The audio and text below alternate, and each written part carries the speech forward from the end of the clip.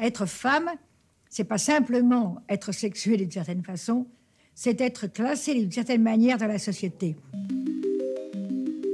Simone de Beauvoir, auteure du Deuxième sexe en 1949, le livre qui a nourri des générations de féministes.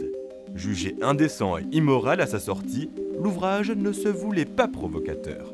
C'était une étude impartiale et très détachée en un sens, et je n'ai pas du tout senti comme un défi. Ce qui fait qu'ensuite, les réactions masculines que j'ai eues à ce livre m'ont souvent complètement stupéfaite, parce que je ne m'y attendais pas du tout. Le Deuxième sexe fait malgré tout partie des textes fondateurs du féminisme. Alors que la cause n'existait pas formellement en France, il a trouvé un écho particulier aux États-Unis. C'est si merveilleux de vous avoir ici dans ma ferme, car vous êtes mon héroïne depuis que j'ai 20 ans. Le Deuxième sexe a été quelque chose de fantastique, car il disait tout ce que l'on savait inconsciemment, et personne ne l'avait encore dit. Mai 68, la réappropriation du corps, la libération sexuelle, la parité, autant de revendications déjà abordées dans le Deuxième sexe. Le texte, connu des militants, parle désormais à une génération de femmes.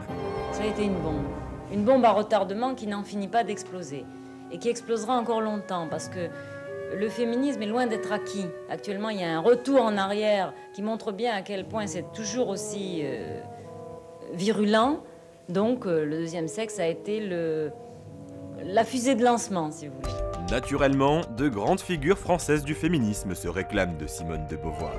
Simone de Beauvoir a forcé les femmes à reprendre en main leur destin. Autrement dit, elle leur a expliqué par cette formule lapidaire, le biologique n'est pas suffisant pour déterminer votre destin, vous avez le choix. Et par exemple, vous pouvez être une femme à part entière, réussie, sans être mère.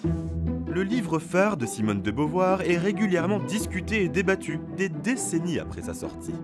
Même si ce livre a 50 ans, elle était tellement en avance sur son temps, elle a eu tellement d'audace dans sa pensée antinaturaliste qu'elle a vraiment posé des problèmes qui restent complètement actuels. La question de l'indépendance, de la liberté du corps, de la liberté sexuelle. Ouvrage émancipateur en 1949, le Deuxième sexe reste aujourd'hui une bible du féminisme.